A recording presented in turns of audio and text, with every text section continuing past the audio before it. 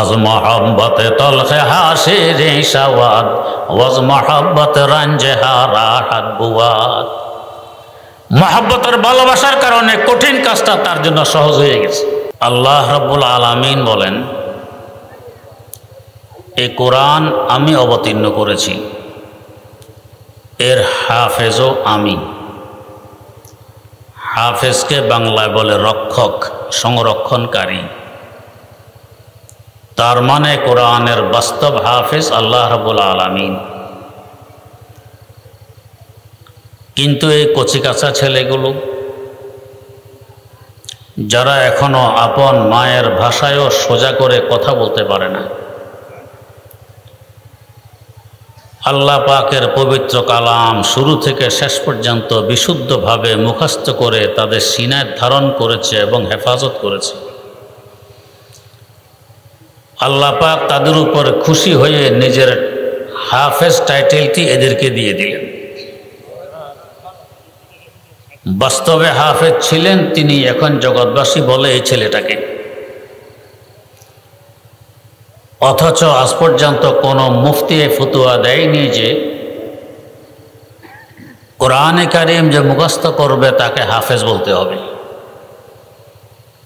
কোন রাষ্ট্র এ আইন করেনি যে কোরআনে কারিম যে মুখস্থ করবে তাকে হাফেজ বলতে হবে।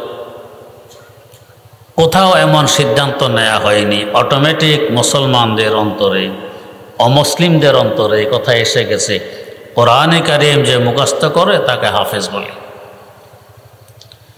কিভাবে এই টাইটেল আল্লাহ পাকের পক্ষ থেকে বন্দাদের অন্তরে আসলো?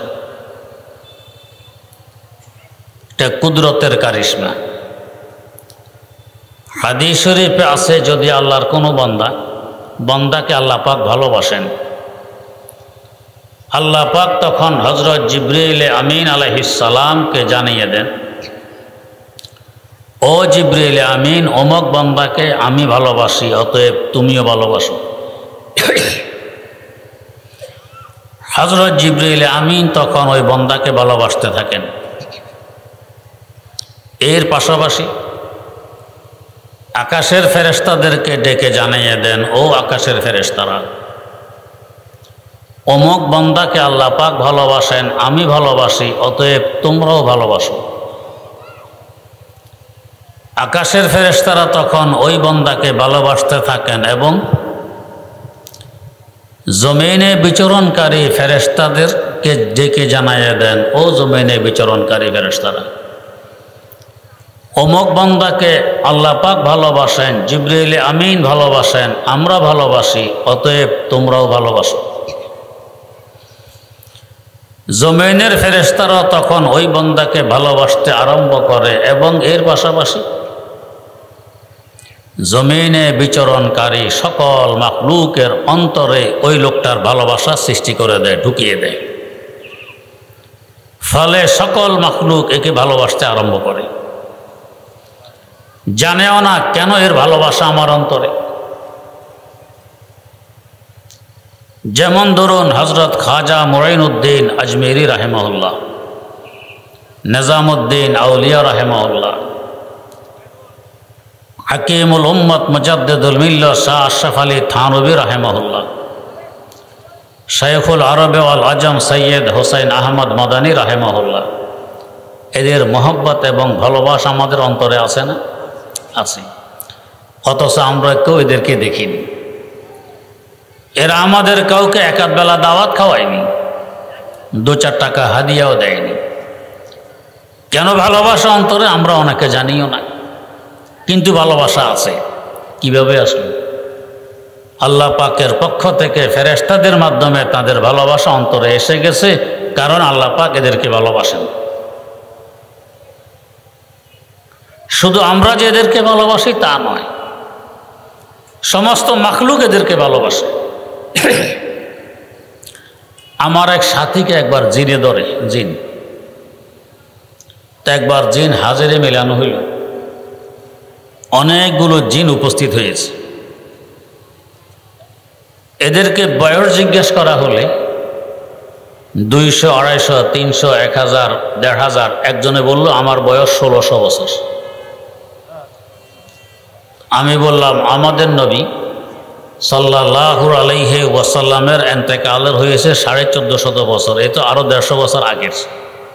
তাহলে তো সাহাবী হবে, আমরা তার সাথে একটু মুসাফা করি।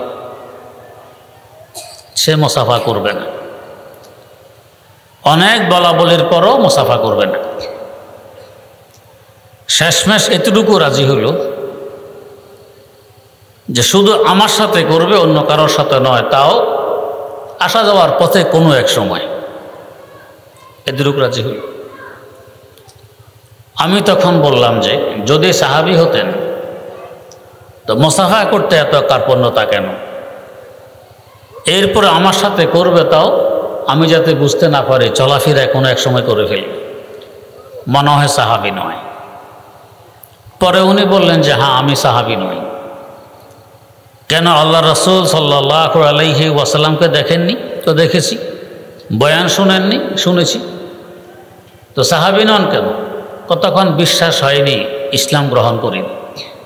তো এখন মুসলমান কিভাবে হইলেন? কাজে শাইখুল আরব ওয়াল আজম সৈয়দ হোসেন আহমদ মাদানী রহমতুল্লাহ আলাইহির হাতে মুরিদ হয়ে আমি ইসলাম গ্রহণ করেছি। তা কিভাবে? ওনার এক জায়গায় বয়ান চলছিল, ওয়াজ করতেছিলেন হুজুর হাসর মাঠের মানুষ এবং জিন জাতির হিসাব নিকাশ সম্পর্কে। আমি পাশে এক গাছের ডালে বসে বসে তার ওয়াজ শুনেছি। শোনার পরে আমার অন্তর সাক্ষ্য দিয়েছে যে ইসলাম সত্য, ইসলামের রাসূল সত্য, কোরআন সত্য। আমি এরপর ওনার কাছে এসে ইসলাম গ্রহণ করে মুসলমান হয়ে গেছি। কারণ সত্য বলে না মিথ্যা বলে বোঝার জন্য বললাম। ওনার কয়েকজন খলিফাদের নাম বলেন তো। বলতে বলতে আমাদের ফেনুয়ার হজরত আল্লামা দিলওয়ার হোসেন রহমতুল্লাহ নামও বলে ফেলল। আমি আরও এখিনের জন্য জিজ্ঞেস করলাম উনি কোথায় থাকেন? উনি তো মারা গেছেন, কবর কোথায়? ওনার বাড়ির সামনে কবর। তো আমি মাসে একবার গিয়ে ওনার কবর জিয়ারত করে আসি। এটা আমার বলার উদ্দেশ্য যে এই বেচারা জিন বয়স 1600 বছর, কত বয়বৃদ্ধ, মাসে একবার উত্তর হাওয়ালা এসে হজরতের কবর জিয়ারত করে যায়। কেন? হজরত তাকে 2 টাকা দিয়েছিলেন কখনো? মহব্বত অন্তরে। এই কষ্ট স্বীকার করতেছে, কোথায় তার বাড়ি, কোথায় থাকে, কোথায় ঘর, কোথায় খায়, কিন্তু মাসে একবার এখানে আসে। কষ্ট তার কাছে কষ্ট নয়, কেন? মহব্বতের থাকলে কষ্ট মিষ্টি হয়ে যায়। ওয়াজ মহব্বতে তলখে হাসিরি সাওয়াদ, ওয়াজ মহব্বত রঞ্জে হারা হাদ বুয়াদ, ওয়াজ মহব্বত রঞ্জে হারা হাদ বুয়াদ। অনেক কষ্টের কাছে মহব্বত সহজ বানায় দেয়। আপনার ছোট বাচ্চা, ছোট নাতি আপনার কোলে কতবার পায়খানা করে, কত বিরক্ত করে। যদি মহব্বত না থাকতো প্রথম পায়খানার সময় এক আষাঢ়ে শেষ করে দিতেন। কিন্তু 2 মুছে পরিষ্কার করে তাকে বুকে জড়াইয়ে ধরেন, গালে চুমু খান, আষাঢ় তো দূরের কথা। কেন? মহব্বতের কারণে। তার পায়খানা পর্যন্ত সহ্য করতেছেন মহব্বতের উসিলায়। আজ মহব্বতে তলখে হাসিরি সাওয়াদ, ওয়াজ মহব্বত রঞ্জে হারা হাদ বুয়াদ। হাকিমুল উম্মত মুজাদ্দিদুল মিল্লাত হযরত শাহ আশরাফ আলী থানভী রহমতুল্লাহ আলাইহির দরবারে একটি বিড়াল থাকত। বিড়াল একদিন বাবুর্চির ডাল পাক করে, ডালের পাতিলে ঢাকনা না দিয়ে বাবুর্চিখানার দুয়ার বন্ধ করে বেরিয়ে যায়। বিড়ালটি ছিল ভিতরে। এই সময় একটি সাপ খুঁটি বেয়ে ঘরের সাহাতির হয়ে, বুতুর হয়ে অপর প্রান্তে যাওয়ার পথে ডালের পাতিল বরাবর উপরে গেলে জুপ করে পড়ে যায় গরম ডালে, পড়ে সাপটি মারা যায়। ঘটনা দেখেছে একমাত্র ওই বিড়াল, আর কেউ দেখেনি, কেউ তো ঘরে নেই। একটু পর বাবুর্চি এসেছে। বিড়াল বাবুর্চিকে সংবাদ দিবে ডালগুলো খাওয়া যাবে না, এখানে বিষাক্ত সাপ পড়ে মারা গেছে। এই ডাল যে খাবে সে মারাও যেতে পারে। কিন্তু বিড়াল সংবাদ দিবে কোন ভাষায়? যে ভাষা বিড়াল বলতে পারে ওই ভাষা বাবুর্চি বোঝে না, আর যে ভাষা বাবুর্চি বোঝে ওই ভাষা বিড়াল কথা বলতে পারে না। পশু পাখির ভাষা বুঝতেন সাইয়্যিদেনা হযরত সুলাইমান আলা নবিয়িনা ওয়া আলাইহিস সালাতু ওয়াসসালাম। আমরা তো তাকে দেখিও নি, পশু পাখির ভাষা বুঝবো কিভাবে? তাই আল্লামা রুমি বলেন, তো না দিদি গাহে সুলাইমানেরা, তুচে দানি আওয়াজে মুরগানেরা, তুচে দানি আওয়াজে মুরগানেরা। বাবুর্চিখানে আসার পর বিড়াল নিজ ভাষায় বোঝানোর চেষ্টা আরম্ভ করে, মেয় মেয় মেয় মেয় অতিরিক্ত বলা আরম্ভ করে। যত মেয় মেয় বলে বাবুর্চি কি বুঝবি? বুঝতেছেন? বিড়াল দেখলো আমি বুঝাইতে পারলাম না, এবার বাবুর্চির লুঙ্গি ধরে ডালের পাতিলের দিকে টেনে নিয়ে যেতে চায়, জামার আঁচল ধরে টেনে নিয়ে যেতে চায়। বাবুর্চি লাথি মেরে বিড়ালকে সরায় দেওয়ার ভাবে বোধহয় পাগল হয়ে গেছে। বিড়াল দেখলো, বুঝাইতে তো পারলাম না। রশির মধ্যে বাবুর্চির কাপড় ঝুলতেছে, বিড়াল লাফ দিয়ে উঠে একটি কাপড় নিয়ে ডালের পাতিলে ফেলতে যায়। বাবুর্চি লাথি মেরে বিড়ালকে সরায় দেয়, ভাবে বোধহয় মাথা খারাপ হয়ে গেছে, এমন কেন করতেছে? বিড়াল দেখলো এটাও তো বুঝাইতে পারলাম। খানকার মেহমান এবং মুরিদগণ খেতে বসেছেন, এখন ডাল এদের বর্তনে যাবে, খাবে, হয়তো এরা মারাও যেতে পারে। বিড়াল বল বিচলিত, মেয় মেয় করছে আর ছুটাছুটি করছে। ঠিক ডাল এখন বাড়া হবে পাতিল থেকে, এরা খাবে তো মরবে। বিড়াল বেচারা কিং কর্তব্য বিমূঢ় হয়ে সকলের সামনে ঝুপ করে ডালের পাতিলে লাফ দিয়ে পড়ে, যেহেতু গরম ডাল, বিড়ালটি মারা যায়। যে পাতিলে বিড়াল মারা গেছে, এই ডাল তো আর কেউ খাবে না। ডাল ফেলে দিতে গিয়ে দেখে ভিতরে বিষাক্ত সাপও মরে আছে। এখন বুঝে এসেছে এতক্ষণ যাবৎ বিড়াল এমন করেছে কেন। এই যে বিড়াল নিজের জীবন দিয়ে খানকাবাসীকে বাঁচাই দিল, জীবন দেয়া কি এত সহজ?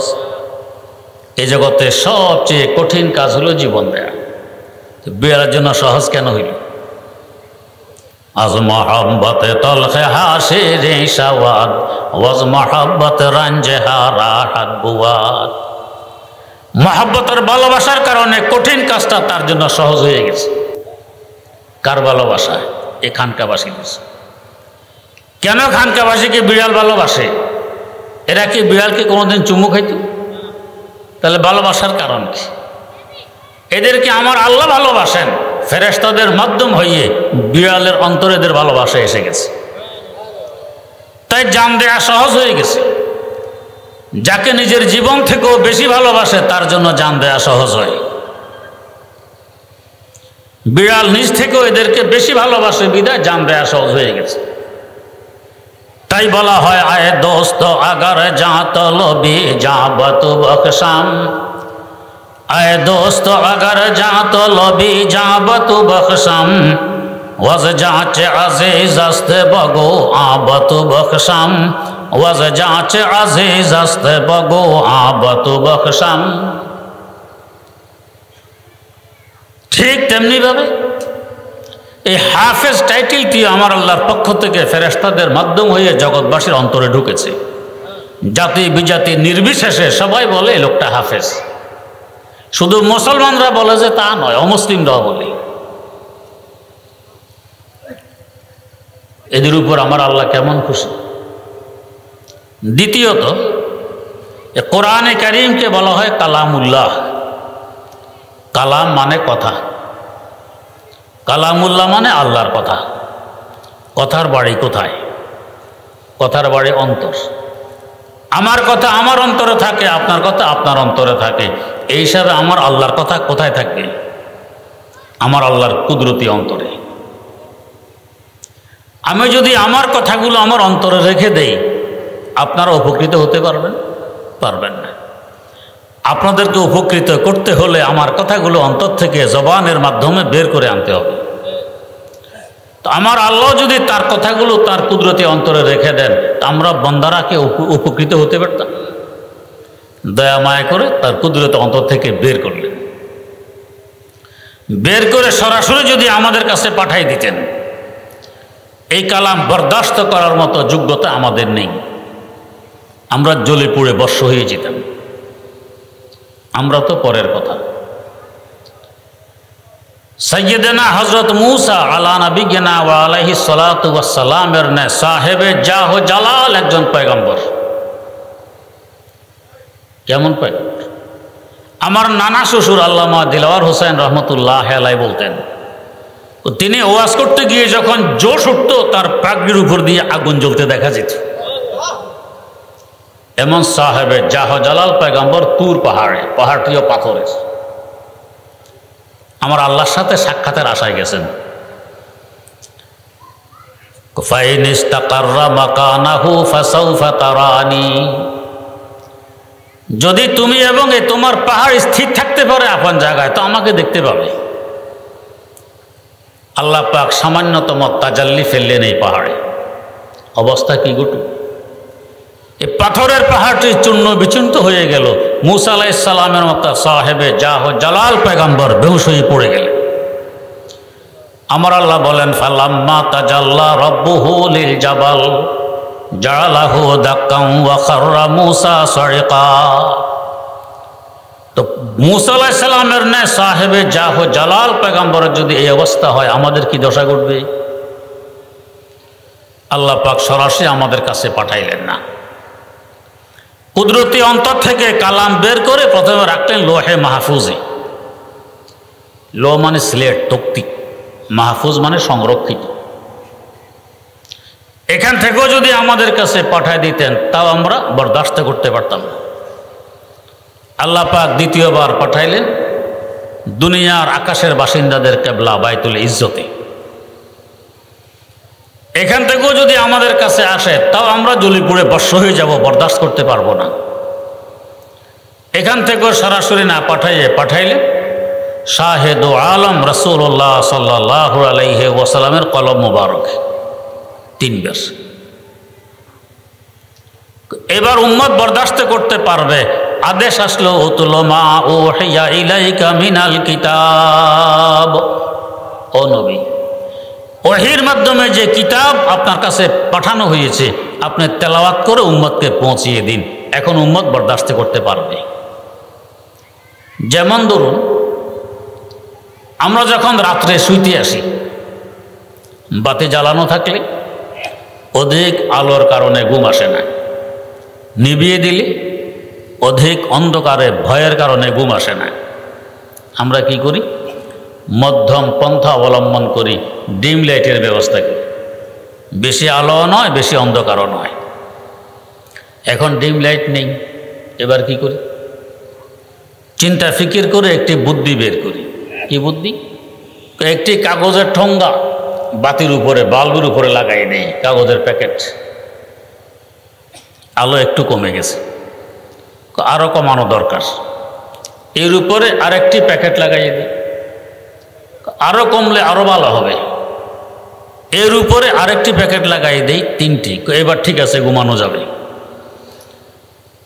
এই অবস্থায় যদি কোনো অবশ শিশু এ কামরায় আসে আর এই বাতিটির দিকে তাকায়, সে বলবে বাতিটি পাওয়ারলেস, এর মধ্যে কোনো পাওয়ার নেই, আলো নেই। সে যা দেখে তাই বলবে। কিন্তু আপনি বোঝেন না, যদি বাল্ব 100 পাওয়ারের হয়, এখনো 100 পাওয়ার আছে, তবে নিয়ন্ত্রণের কারণে আলো আমার কাছে পৌঁছতে পারতেছে না। 3বার নিয়ন্ত্রণ। এবারে আসুন, আমার আল্লাহর কালামের জ্যোতি এবং তাজাল্লি তো এই পরিমাণ, যারা দেখে বিচক্ষণতা আছে তারা বোঝে। তাদের মধ্যে অন্যতম ইমামুল আসর হযরত শাহ আনোয়ার কাশ্মীরি রাহিমাহুল্লাহ। কালামের নূর, কালামের আলো, কালামের জ্যোতি এবং তাজাল্লি সম্পর্কে বলতেছেন, নজমে নজমাশে দরবরাত হাসতে পরতর জাফেতাব। নজমে নজমাশে দরবরাত হাসতে বরতর জাফতাব। হরফে হরফে উশিফা হাসতো খুদা বাহরে রশিদ। হরফে হরফে উশিফা হাসতো খুদা বাহরে রশিদ। পুরা কালামের নূর এবং জ্যোতি তো পরের কথা, এক একটি অক্ষরে এই পরিমাণ নূর আর জ্যোতি আছে। যদি এটা এখানে পুরোপুরি প্রকাশ হতো, নিয়ন্ত্রণ না করা হতো, আমাদের এই 20 কোটি বর্গ মাইল আয়তন পৃথিবী থেকে 13 লক্ষ গুণ বড় বিরাট বিশাল সূর্যকে অন্ধকার মনে হয়েছে।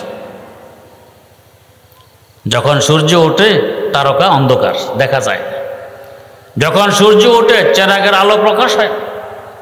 ও কালামের একটি অক্ষর আলো যদি এখানে প্রকাশ হইত এই সূর্যের আলো দেখা যেত না, সূর্যকে অন্ধকার মনে হইত। এই পরিমাণ যদি পুরা কালাম তো পরের কথা। আমার আল্লাহ নিয়ন্ত্রণ করলেন 3 বার, একবার লোহে মাহফুজে, একবার বাইতুল ইজ্জতে, একবার কলবে মুহাম্মদ আল্লাহ সাহেবিহি সালাতু ওয়াস সালাম। 3 বার নিয়ন্ত্রণের পর এবার উম্মত বরদাস্ত করতে পারবে। তো যাদের সেই দিব্য চক্ষু নেই তারা দেখে কই জ্যোতি তো নেই, আর যাদের আছে তারা দেখে কি পরিমাণ, নিয়ন্ত্রণের কারণে প্রকাশ হয় না। পাওয়ার আপন জায়গায় ঠিক আছে। এই মহাগ্রন্থ জ্যোতিময় কালাম ঢুকেছে এদের সিনের ভিতরে, যাদের মাথায় পাগড়ি পরানো।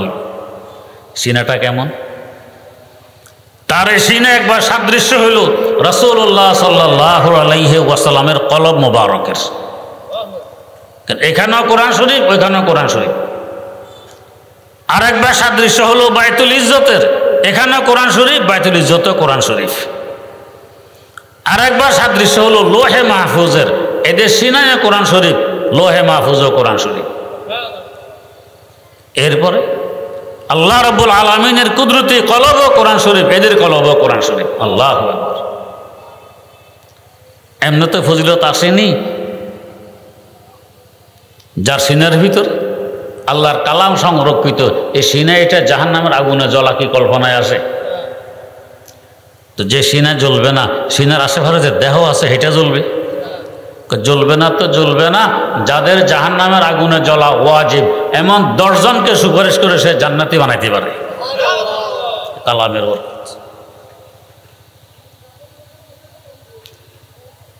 আল্লাহ রাব্বুল আলামিন এই কালাম নাজিল করে বলতেছেন কি, ইন্না নাহনু নাযালনা যিকরা ওয়া ইন্না লাহু লাহাফিজুন। এই কালাম আমি অবতীর্ণ করেছি, সংরক্ষণের দায়িত্ব আমার। আসমানি অন্য কোনো কিতাব সংরক্ষণের দায়িত্ব আল্লাহ পাক নিজ কুদরতি হাতে রাখেননি, রেখেছেন একমাত্র কোরআন শরীফের। অন্য কিতাব তারা লেখার মাধ্যমে হেফাজতের চেষ্টা করত।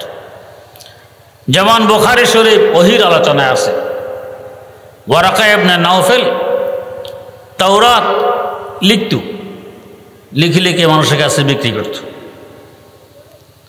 কিন্তু আমরা আলহামদুলিল্লাহ শুধু লেখার উপরে নির্ভর করি না, আমরা মুখস্থ করে রাখি, সিনার ভিতরে অঙ্কিত করে রাখি। যার দরুন এই কালাম পরিবর্তন হয়নি, ইনশাআল্লাহ কিয়ামতের আগে পর্যন্ত হবেও না, এবং এই কালাম মিটানো সম্ভব হবে না, যেহেতু হেফাজতের দায়িত্ব আমার আল্লাহ কুদরতি হাতে রেখে দিয়েছে। যে কাজ আমার আল্লাহর দায়িত্বে, এই কাজের বিপক্ষে যে যাবে তার দশাটা কি ঘটবে? পারস্য সম্রাটের সাথে যুদ্ধ, খলিফাতুল মুসলিমিন ফারুক আজম ওমর রাদিয়াল্লাহু তাআলা আনহুর খেলাফতকালে হরমুজান বন্দী হয়ে হযরত ওমরের সামনে আসে। ওমর জিজ্ঞেস করলেন, ইসলামের আগেও তোমাদের সাথে আমাদের যুদ্ধ হয়েছে, কোন যুদ্ধে আমরা তোমাদের সাথে কুলাইতে পারিনি, পরাজিত আমরা হয়েছি, জয়যুক্ত হয়েছে তোমরা। আজ তোমাদের সংখ্যা অনেক বেশি, আমাদের সংখ্যা অনেক কম, অস্ত্র শস্ত্রে সুসজ্জিত, আমাদের কাছে এত অস্ত্রও নেই। এরপরে তোমরা পরাজিত হয়ে গেলে আমরা জয়যুক্ত হইলাম, কারণটা কি বলতে পারো? তাদের কমান্ডার ইন চিফ হুরমুজান বলতেছে, হ্যাঁ বলতে পারো। কি? আগে তোমরা যুদ্ধ করেছো নিজের স্বার্থে, দুনিয়াকে সামনে রেখে, এখন যুদ্ধ করতো তোমাদের আল্লাহর পক্ষ হয়ে। বেশ কম কি? তখন তোমাদের পিছনে আমার আল্লাহর কোনো সাহায্য ছিল না, এখন তোমরা আল্লাহর সৈনিক, আল্লাহর পক্ষ হয়ে যুদ্ধ করতেছো, আল্লাহর সৈনিক। তো আল্লাহর সৈনিকের সাথে জয়যুক্ত কে হতে পারে? এর কি কল্পনা হয়? এই জন্য তোমরা জয়ী হয়েছো, আমরা পরাজিত হয়ে গেছি। তো যে কালামুল্লাহ শরীফের হেফাজতের দায়িত্ব স্বয়ং আমার আল্লাহর কুদরতি হাতে, এটা মিটাবে এমন শক্তি কার? এমন দুঃসাহসিকতা কে দেখাইতে পারে? ইসলামের শুরু লগ্ন থেকে আজ পর্যন্ত এই কালাম মিটানোর চেষ্টা কম করা হয়নি, মিটাতে পারেনি, বরং যারা চেষ্টা করেছে তারা মিটে গেছে। হযরত কাজী সানাউল্লাহ পানিপতি রাহিমাহুল্লাহ মালাবুদ্দা মিনহুর লেখক, তাফসিরে মাজহারি 10 খণ্ডে একটি আরবি ভাষার তাফসিরের লেখক। হযরত খাদেম পাঠাইলেন বাজারে এক কপি কোরআন শরীফ নিয়ে আসতে। খাদেম সকল লাইব্রেরি ঘুরে ফিরে দেখে কোথাও কোরআন শরীফ নেই। এক লাইব্রেরিতে মাত্র 1 কপি পাওয়া গেছে, হাদিয়া চায় 100 টাকা। আজ থেকে 250 বছর আগে 100 টাকা সোজা কথা নয়, তখন হয়তো হাদিয়া হয়তো 10 পয়সা 15 পয়সা, 100 টাকা চায়। ব্যাপার কি, কোরআন শরীফ নাই কেন? লাইব্রেরিয়ানরা বলে আমাদের থেকে সব কোরআন শরীফ খ্রিস্টানরা খরিদ করে নিয়ে গেছে। কাজী সানাউল্লাহ পানিপতি রহমতুল্লাহ আলাই পানিপত এলাকার খ্রিস্টান লিডারকে ডাক দিলেন। যেহেতু হযরত পানিপতে ছিলেন বড় প্রভাবশালী আলেম, লিডার আসতে বাধ্য। আসার পর জিজ্ঞেস করলেন, তোমরা খ্রিস্টান ইঞ্জিল খরিদ করবে, ইঞ্জিল পড়বে, কোরআন শরীফ কেন খরিদ করা, কোরআন শরীফ কেন পড়ো? লিডার জবাব দেয়, হুজুর বাস্তবতা আর কত লুকিয়ে রাখবো, বলে দিচ্ছি। কি? আমাদের বিরুদ্ধে আন্দোলন হয় জায়গায় জায়গায়, আমাদেরকে পেরেশান করে রেখেছে, অস্থির করে রেখেছে। আমরা জরিপ করেছি কারা আন্দোলন করে। জরিপে ধরা পড়েছে আন্দোলন করে মুসলমানরা। এরা এই শক্তি কোথায় পায়? আমরা জরিপ করেছি, জরিপে ধরা পড়েছে এদের মূল চালিকা শক্তি এই কোরআন। যেহেতু এই কোরআন তৌহিদে ভরা, এটা তাদের সিনায় আছে, আর যে সিনার ভিতরে তৌহিদ আছে এদের শক্তির কোনো অভাব হয় না। ডক্টর ইকবাল মরহুম তাই বলেছিলেন, तौहीद की अमानत सीनों में है हमारा, तौहीद की अमानत सीनों में है हमारा, आसान नहीं मिटाना नाम निशा हमारा। चीन अरब हमारा, हिंदोस्तां हमारा, मुस्लिम है हम वतन सारा जहां हमारा, मुस्लिम है हम वतन सारा जहां हमारा। যার সিনায় কোরআন আছে একে মেটানো এত সহজ নয়। তো ইংরেজ লিডার বলতেছে চালিকা শক্তি হইল কোরআন। তাই আমরা সিদ্ধান্ত নিয়েছি কোরআনের কোনো কপি ভারতবর্ষে রাখবো না। এতে করে মুসলমানদের শক্তি নিঃশেষ হয়ে যাবে, আমাদের কুরসি মজবুত হবে। তখন তারা তাদের এই সিদ্ধান্ত কার্যে পরিণত করতে গিয়ে ভারতবর্ষে 3 লক্ষ কোরআনে কারিমের কপি আগুনে জ্বালাইছিল। তো কাজী সানাউল্লাহ পানিপতি রহমতুল্লাহকে জবাব দেয় যে আমরা হয় আগুনে জ্বালাবো সংগ্রহ করে নিয়ে, না হয় সাগরে নিক্ষেপ করব, কোরআনের কোনো কপি ভারতবর্ষে রাখবো না। হযরত তখন বলে, লিডার সাহেব, আমাদের এই পানিপত এলাকায় প্রাপ্তবয়স্ক নারী পুরুষের সংখ্যা 40,000। পানিপত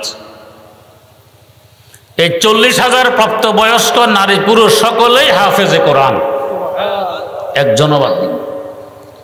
পানিপতে তখন কোরআন হেফজের খুব হিড়িক ছিল, সবাই হেফজ করত।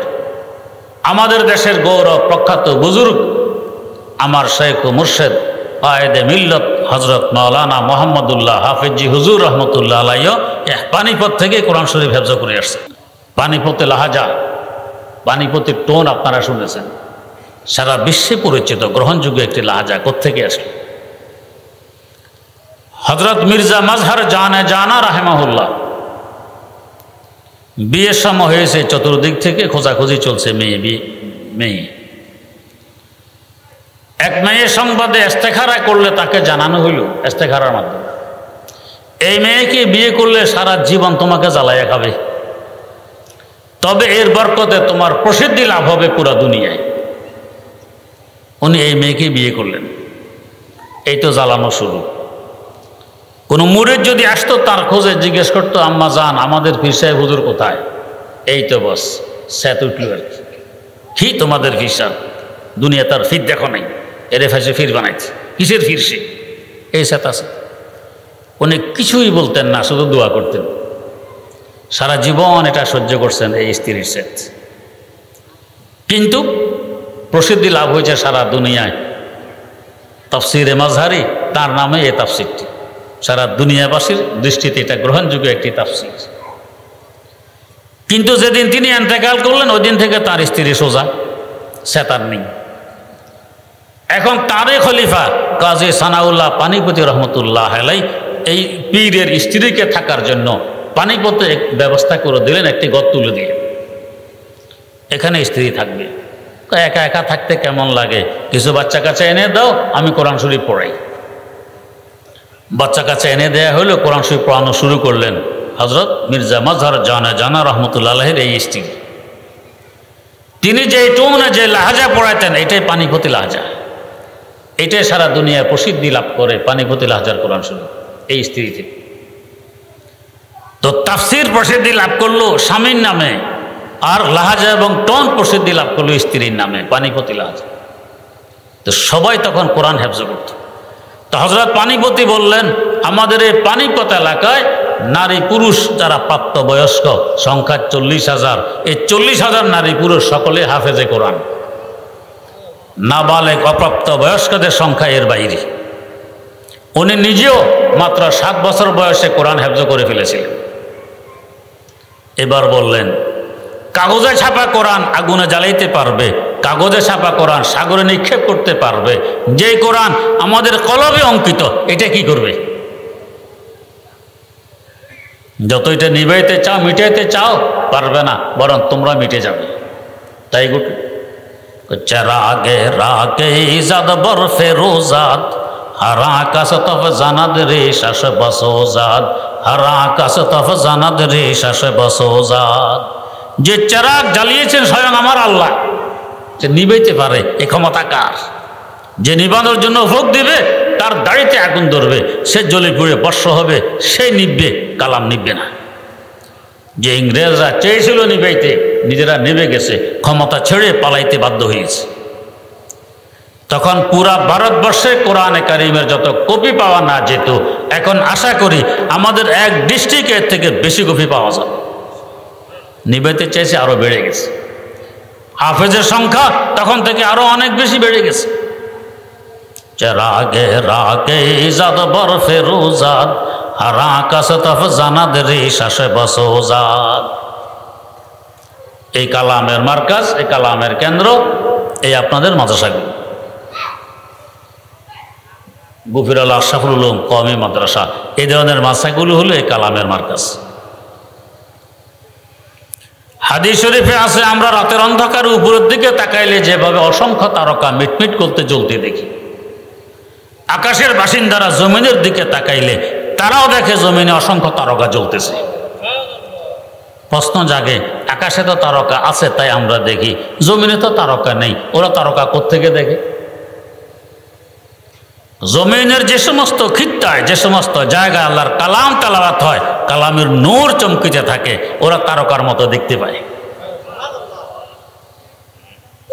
এই কালামকে কেন্দ্র করে আল্লাহ পাকের পক্ষ থেকে কোটি কোটি রহমত অবতীর্ণ হয়, যার বরকতে এখনো আমাদের থাকা, খাওয়া, পড়া, সুখ, শান্তি, রিজিক সবকিছু চলছে, না হলে কবে বন্ধ হয়ে যেত।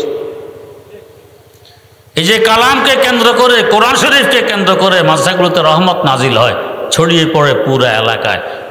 সবাই দেখে না, সবকিছু দেখার মতো যোগ্যতা সকলের নেই। আমাদের মাযহাবের ইমাম, ইমামুদ দুনিয়া, ইমামুল আইম্মা আল ইমামুল আজম আবু হানিফা রাহিমাহুল্লাহ, ওযুর সাথে কি গুনাহ ধুয়ে যায় তিনি দেখতেন। আমরা কি দেখি? দেখি। ওনার পাশে একদিন এক যুবক ওযু করতেছিল, যুবকের জিনা করার অভ্যাস। হযরত তাকে লক্ষ্য করে বলেন, ইয়া সাব তুব আনিজ জিনা, ও যুবক জিনা থেকে তওবা কর। তার তো কম্পন শুরু হয়ে গেছে, আমি জিনা করি, হুজুর জানলেন কিভাবে? হুজুর তো ওযুর পানি দেখে জানছেন, আমরা তো দেখি। সবাই সব কিছু দেখে। শাইখুল হাদিস আল্লামা জাকারিয়া রহমতুল্লাহ আলাইহি ফাজায়েলে রমজানে লিখেছেন, কদরের রাত একজন মুয়াজ্জিন মিনার আগায় উঠেছেন, মিনারায় উঠে এক চিৎকার দিয়ে দৌড়ে নিচে নেমে পড়ে বেহুশ হয়ে গেছে। হুঁশ আসার পর জিজ্ঞেস করা হলো, চিৎকার কেন দিয়েছ, বেহুশ কেন হয়েছ? জবাব দেয়, মিনার আগায় উঠে যখন চতুর্দিকে তাকাইলাম, আমি দেখতেছি পুরা কায়নাত, পুরা সৃষ্টি জগৎ গাছগাছালি সহকারে আমার আল্লাহর দরবারে সিজদায় পড়ে আছে। আমি এই দৃশ্য দেখে সইতে পারিনি, চিৎকার দিয়ে বেহুশ হয়ে গেছি। কেমন দৃশ্য, সবাই সিজদায়। আমরা তো দেখি গা সোজা দাঁড়াই আছে, উনি দেখতেছেন সিজদায় পড়ে আছে। সবাই সব কিছু দেখে না।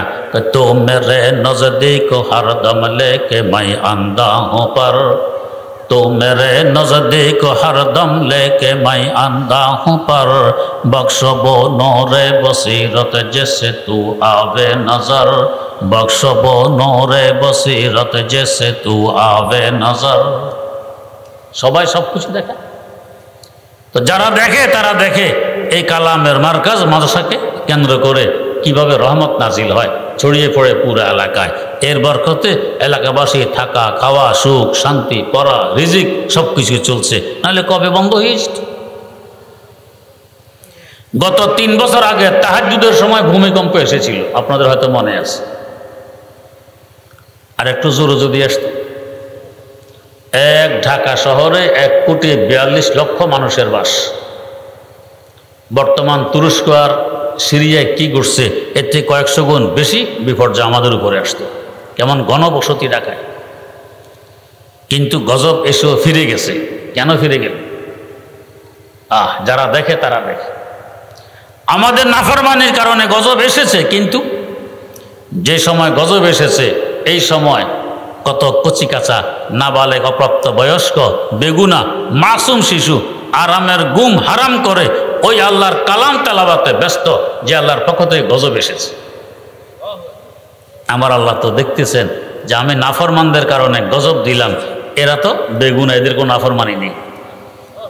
এরা এই সময় ঘুমিয়ে থাকতো, ঘুম বাদ দিয়ে আমার কালাম তেলাওয়াতে ব্যস্ত, এদের উপর দিয়ে আযাব নাজিল করে সবাইকে ধ্বংস করে দিব। আমি তো রহমানুর রহিম। এদের বরকতে আল্লাহ পাক আমাদেরকে রেহাই করছেন। যে সময় এই গজব নাজিল হয়, ভূমিকম্প শুরু হয়, এই সময় কওমে মাদ্রাসা আসলে দেখতেন অসংখ্য কওম মাদ্রাসার শিক্ষক, আলেম ওলামা তাহাজ্জুদের নামাজে আমার আল্লাহর দরবারে সিজদায় পড়েছে।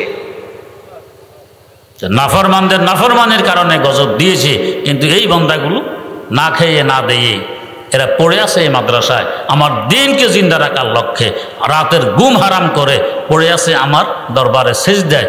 এদের উপর দিয়ে আমি গজব নাজিল করে সবাইকে ধ্বংস করব। আমি তো রহমানুর রহিম। আয় রব তু করিমি ও রসুলে তু করিমি, আয় রব তু করিমি ও রসুলে তু করিমি, সদ শুকর কে হাসতে মমিয়ানে দু করিমি, সদ শুকর কে হাসতে মমিয়ানে দু করিমি। এই কালামের উসিলে আমাদের সব কিছু চলছে। অতএব এই মাসাগুলোকে খুব মূল্যায়ন করি, সম্পর্ক রাখি, ইনশাআল্লাহ রহমতের ভাগটা আমার কাছেও আসবে। খোদা না করো যদি বিদ্বেষ পোষণ করি, শত্রুতা পোষণ করি, ইনশাআল্লাহ এই মাদ্রাসাগুলোর কিছুই হবে না, ধ্বংস হব আমি। দেখা গেছে, বহু ইতিহাস আমাদের সামনে আছে, মাদ্রাসাতে বিদ্বেষ পোষণ করেছে, নিশ্চিহ্ন হয়ে গেছে, ধ্বংস হয়ে গেছে। এই মাদ্রাসা, মসজিদ এগুলো আগুন। আমার আব্বাজান রহমতুল্লাহ আলাইহির মামা, ফেনুয়ার বাসিন্দা হযরত মাওলানা আফতাবউদ্দিন রহমতুল্লাহ, এক জায়গায় হঠাৎ করে আগুন লাগে, সারা বাড়ি জ্বলে পুড়ে বর্ষ হয়ে যায়, নিবানো যায়। 2-4 দিন পর আরেক বাড়িতে আগুন লাগে। এভাবে এলাকা বিরান হতে চলছে, কেউ বুঝতেছে না আগুন কিভাবে লাগে, নিবানো যায় না কেন। এরা হযরত মাওলানা আফতাবউদ্দিন রহমতুল্লাহকে দাওয়াত করে নিয়ে গেছে এলাকায়, সাথে আমার আব্বাজানও ছিলেন।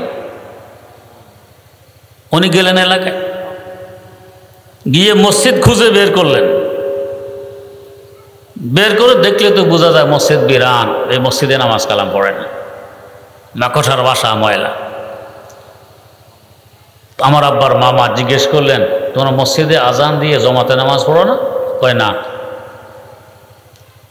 হুজুর মসজিদের ভিতরে হু হু করে কে কাঁদে, আমাদের আরো ভয় লাগে, মসজিদের ভিতরে কে কাঁদে? আমার আব্বার মামা জান রহমতুল্লাহ বললেন, মসজিদের ভিতরে তো কেউ কাঁদে না, মসজিদ তো নিজে কাঁদে, মসজিদ বিরান। को मस्जिद तो बना ले सब भर में ईमान की हरारत वालों ने, मस्जिद तो बना ले सब भर में ईमान की हरारत वालों ने। मन अपना पुराना पापी था बरसों में नमाजी बन न सका, मन अपना पुराना पापी था बरसों में नमाजी बन न सका। মসজিদে অন্য কেউ কাঁদে না, মসজিদ নিজে কাঁদে। মসজিদ আবাদ করো, আগুন লাগা বন্ধ হয়ে যাবে। মসজিদের অভিশাপ পড়েছে তোমাদের উপরে, তাই আগুন লাগে। আব্বাজান রহমতুল্লাহ আলাইহির মামা মসজিদ ঝাড়ু দিয়ে সাফ করলেন, প্রথম আজান দিয়ে জমাত কায়েম করে আসলেন, আগুন লাগা বন্ধ হয়ে গেছে। এই মাদ্রাসা মসজিদ এগুলো সাধারণ কিছু নয়, ছেলে খেলা নয়। সহযোগিতা করি, ইনশাআল্লাহ দুনিয়া আখিরাত উজ্জ্বল হবে। বিরোধিতা করি, গজব নাজিল হবে। মাদ্রাসা মসজিদের কিছু হবে না, আমি ধ্বংস। আল্লাহ রাব্বুল আলামিন আমাদেরকে বুঝার তৌফিক দান করুন।